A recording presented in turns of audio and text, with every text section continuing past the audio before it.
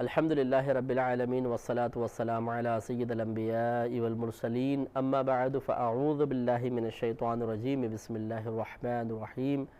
الحمدللہ الہادی پروگرام میں حضرت موسیٰ علیہ السلام کی ذات پاک، آپ کے تبلیغ پر مشتمل واقعات پر مشتمل آیات پر درس قرآن کا سلسلہ جاری و ساری ہے۔ پچھلے 3-4 پروگرام میں ہم نے سورہ مائدہ کی آیت نمبر 20 سے 26 پر کلام کیا۔ آج انشاءاللہ سورہ اعراف کی آیت نمبر 160 سے 171 میں جو حضرت موسیٰ علیہ السلام اور آپ کی قوم کے بارے میں اللہ نے ارشاد فرمایا اسے بیان کریں گے اور اس پر تبصرہ کریں گے۔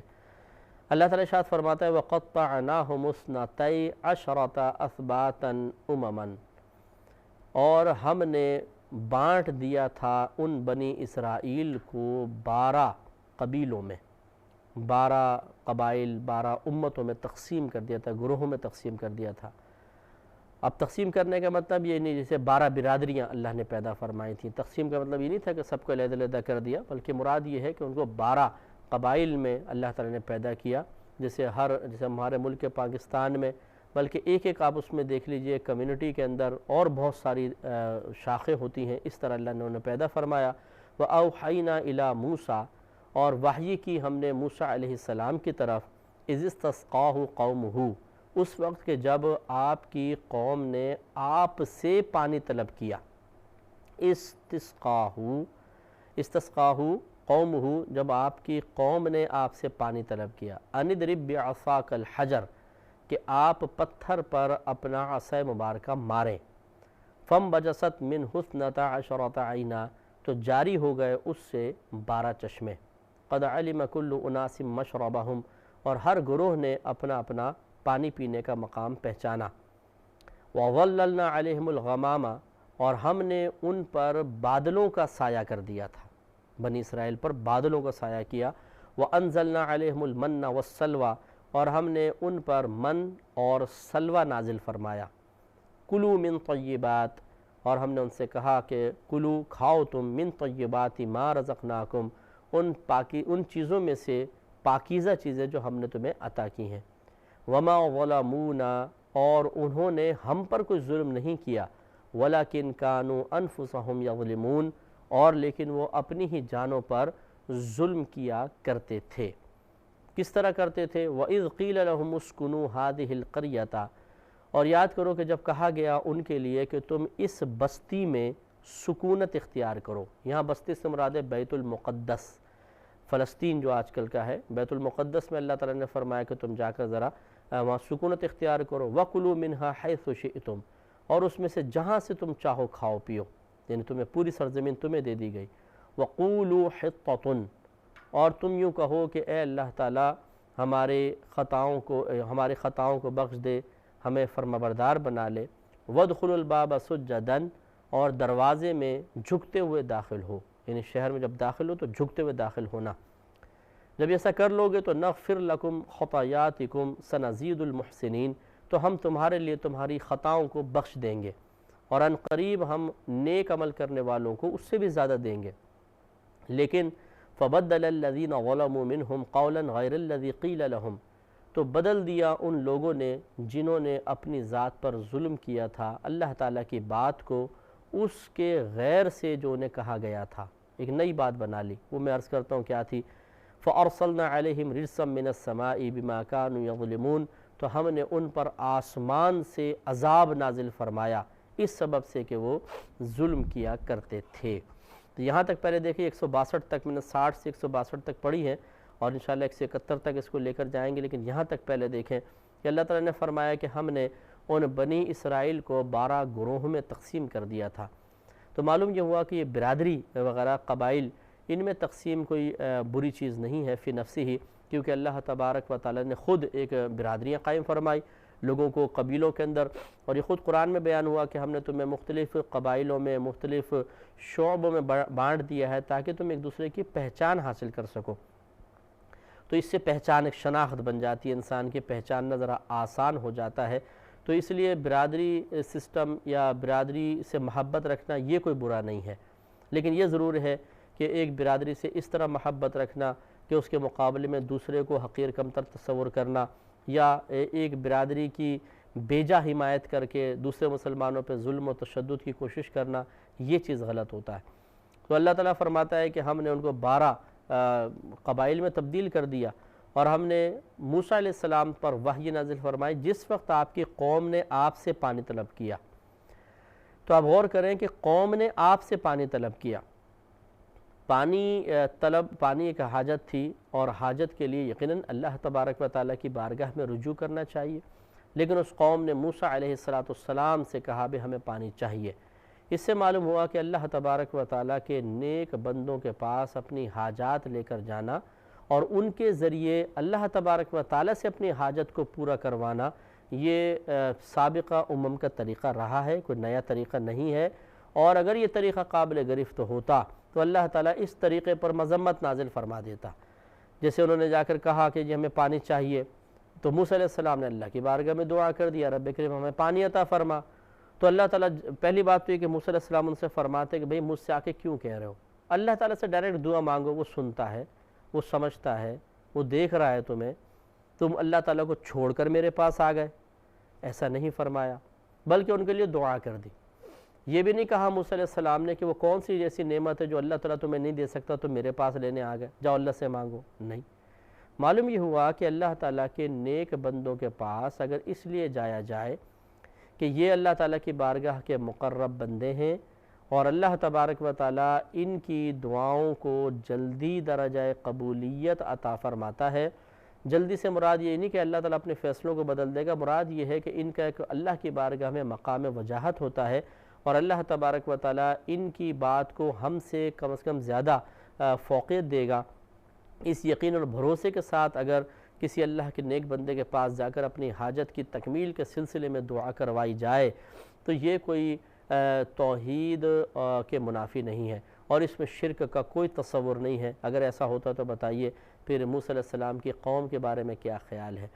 لہٰذا معلوم یہ ہوا کہ نیک بندوں کے پاس آ کر دعا اپنی حاجت کا ذکر کرنا یہ کوئی اللہ کو چھوڑنا نہیں ہے، یہ کوئی اللہ تبارک و تعالیٰ کے خزانوں میں موجود نعمت کے بارے میں بدگمانی کرنا نہیں ہے کہ شاید اللہ کے خزانے کم ہو گئے ہم اس کے پاس آ جائیں، یا شاید یہ چیز اللہ کے خزانے میں نہیں ہے ان کے پاس آ جائیں۔ یہ تو تب ہوتا نا کہ جب اللہ تعالیٰ کو ان بزرگ کے پاس آ کے کہتے ہیں میں تو آپ سے چاہیے، اللہ سے چاہیے نہیں، یہ اللہ کو چھوڑنا ہے۔ یا یہ آ کر کہا جائے کہ جی اللہ تعالیٰ تو دے ہی نہیں سکتا، معاذ اللہ ثم معاذ اللہ، آپ ہمیں دیجئے، یہ اللہ تعالیٰ کی نعمتوں کی کمی کے بارے میں بدگمانی کا شکار ہونا کہ شاید اللہ کے خزانوں میں کمی ہے، یہ بزرگ عطا فرما دیں گے، یہ یقیناً حرام ہے، گناہ کبیرہ ہے، فسق ہے، شرک ہے، کفر ہے، اس کا کون انکار کر سکتا ہے۔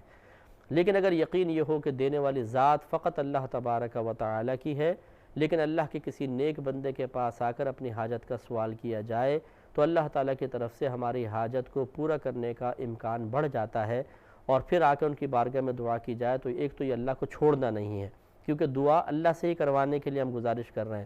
دوسری بات یہ ہے کہ یہ اللہ تعالیٰ کے خزانوں میں کمی کا گمان کرنا نہیں ہے، اس لیے کہ مانگ تو اللہ کے خزانے سے ہی رہے ہیں جیسے کہ اس قوم نے کیا۔ تو اس لیے آج بھی اگر کوئی کسی اللہ کے نیک بندے کے پاس آتا ہے اور آ کے گزارش کرتا ہے کہ آپ دعا کریں کہ اللہ تعالیٰ مجھے بیٹا عطا فرما دے، میرا کاروبار اچھا ہو جائے، مجھے نعمت اور رزق کی فراوانی حاصل ہو جائے، تو اس میں کوئی بری چیز نہیں ہے، کروا سکتے ہیں، اس طرح کا طریقہ بالکل درست ہے۔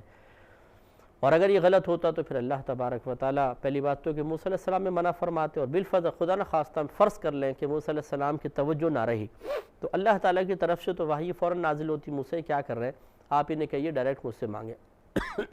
اس سے معلوم ہوا کہ براہ راست مانگنا منع نہیں ہے، کوئی گناہ نہیں ہے، براہ راست اللہ سے مانگ سکتے ہیں۔ وسیلہ قائم کرنا کوئی ہمیشہ فرض یا واجب نہیں ہے، جو ایسا سمجھے وہ بیچارہ خود غلط ہے کہ جی وسیلے کے بغیر ملے گا ہی نہیں، یہ غلطی ہے۔ اللہ تعالیٰ کسی وسیلے کا محتاج نہیں، وہ چاہے تو براہ راست بھی عطا فرما دیتا ہے، لیکن اس کو درجہ استحباب میں رکھا جائے کہ ہاں وسیلہ قائم کرنا بڑا افضل اور اولیٰ ہے، کہ اکثر لوگوں کا طریقہ رہا۔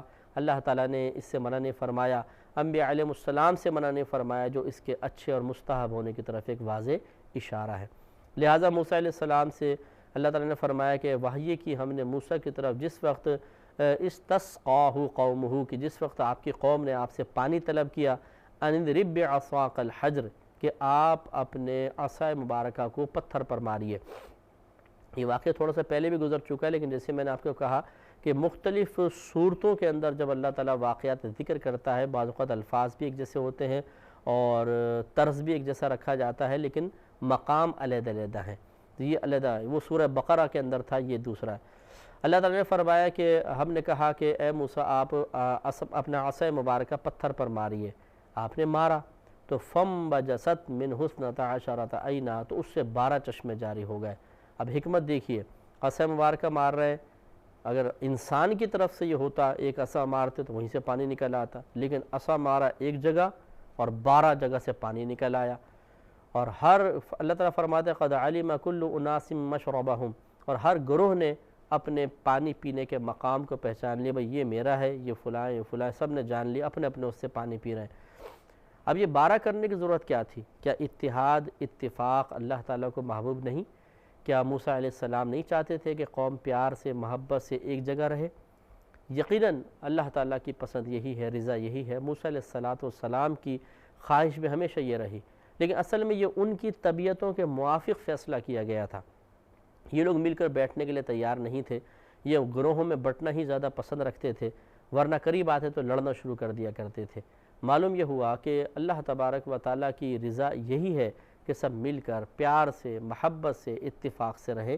لیکن اگر کوئی اس طرح علیحدہ علیحدہ رہ کر زیادہ بہتر انداز سے اپنا طرز قائم رکھ سکتا ہے، محبت قائم رکھ سکتا ہے، تو اس میں بھی کوئی حرج نہیں ہے، یہ کوئی بری چیز نہیں ہے. اس سے اگر آپ استدلال کرنا چاہیں تو میں گزارش کرتا ہوں کہ جوائنٹ فیملی سسٹم اور سپریشن کا بھی آپ مسئلہ نکال سکتے ہیں کہ جوائنٹ فیملی سسٹم کے بارے میں یہ کہا جاتا ہے کہ جی سب مل کر رہیں گے، برکت ہوگی، اتحاد ہوگا، اتفاق ہوگا.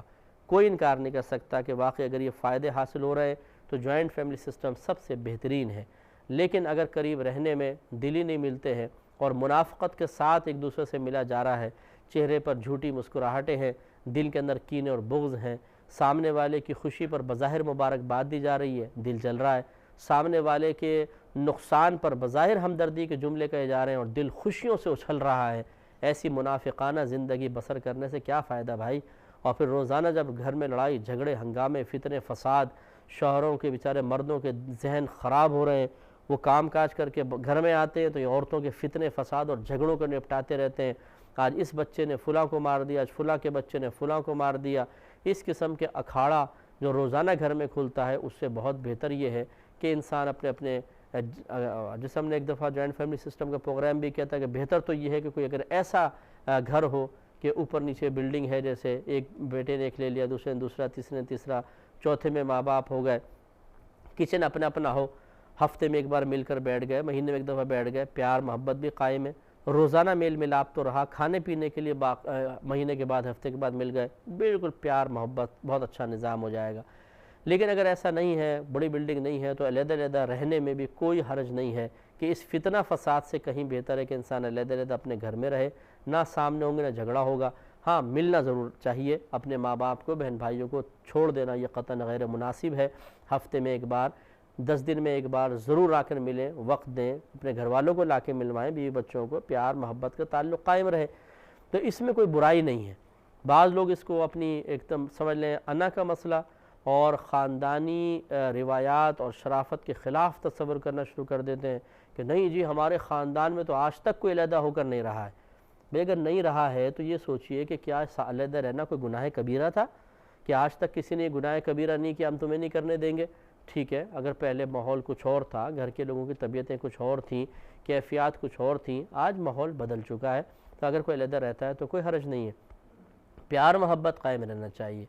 تو اللہ تبارک و تعالیٰ نے 12 چشمے نکلوائے اور 12 چشمے علیحدہ علیحدہ، یعنی 12 جو پانی 12 جگہ سے نمودار ہوا، ایک ایک قبیلے نے اپنا اپنا وہ پانی لے لیا. تو کیا یہ کوئی معذاللہ جدائی کا نظام تھا؟